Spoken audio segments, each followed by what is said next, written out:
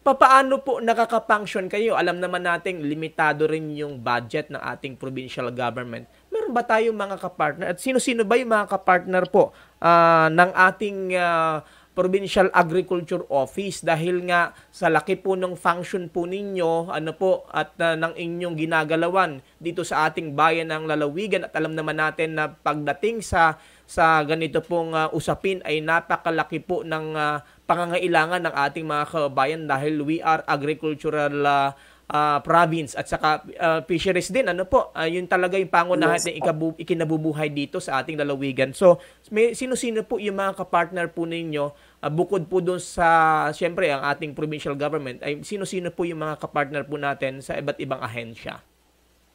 Yes po, sir, tama po kayo at talagang sa limitado po, napakalimitad po ng pondo ng provincial government, ng Provincial Agriculture Office. Umaasa po kayo sa mga partner national government agencies po natin sa pagbibigay ng mga ayuda, ng mga intervention sa palayan, sa maisan, sa fisheries, at sa paghahayupan. At ang number one partner government agency po natin is the Department of Agriculture and other attached agencies. Ang Department of Agriculture kasi is napakalawak din po ng sakop niyan. Ano po, may mga iba-ibang attached agencies po niyan, katulad po ng BFAR. Yung katulad ng nabanggit po ninyo kanina, na ang BFAR naman po, ang partner po natin pagdating po sa pangisdaan. Doon po tayo kumukuha ng iba't ibang intervention upang matulungan ang ating pong mga magsasaka sa buong lalawigan ng Marinduque. Nandyan din po ang PCA, ang Philippine Coconut Authority, na kung saan dyan po tayo umaasa pagdating naman po sa pagninyugan. And of course, ANDAR, yan, ang Department of Agrarian Reform, ang DOST, na talagang patuloy ang kolaborasyon, pakikipag-ugnayan sa provincial government, ang NFA, ang National Food Authority, yan po ang kapartner po natin kasalukuyan sa pagbebenta ng benting bigas.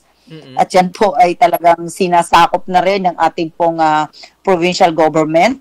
Ang ATI po, o yung tinatawag po nating Agriculture Training Institute.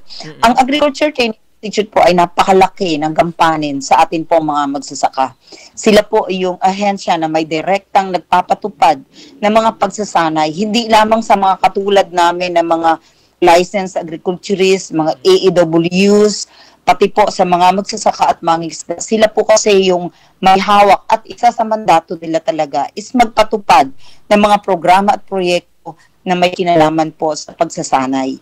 Agriculture Training Institute. At in fact, Sir Adrian, ang ating po mga AWs, kapag hindi pumupunta dito ang ATI, kami po yung pumupunta sa Mindoro, sa training center po nila para magpakadalubhasa sa atin pong mga iba-ibang, kasi ang teknolohiya, yan ay pwedeng magbago ngayon, iba na bukas.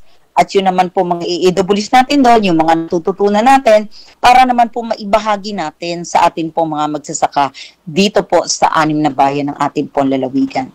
And hindi lamang, Sir Adrian, ang mga national government ang partner po natin.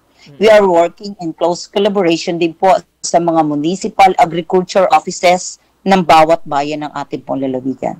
Yung pong 6 na municipal agriculture offices po natin na pinangungunahan ng mga MAU, sila po yung kapartner po natin to implement different programs and projects at ibinababa po natin sa mga municipal local government. Kasi po, siyempre, ang ating po mga MLGU, sila po yung mga may direct na contact sa ating po mga magsasaka at pangingisda.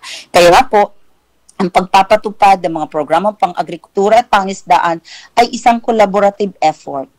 Ano po, hindi lamang ito effort ng provincial government, hindi lamang ito effort ng provincial agriculture office, hindi lamang ito effort ng mga national government, effort po ng bawat isa na sangkot sa pagpapatupad ng ating po mga programa. Kapartner ang ating po mga farmers, cooperative and association sa bawat barangay ng ating pong lalawigan. And of course, pagdating naman po sa mga research and development, nandiyan naman po ang Marinduque State University.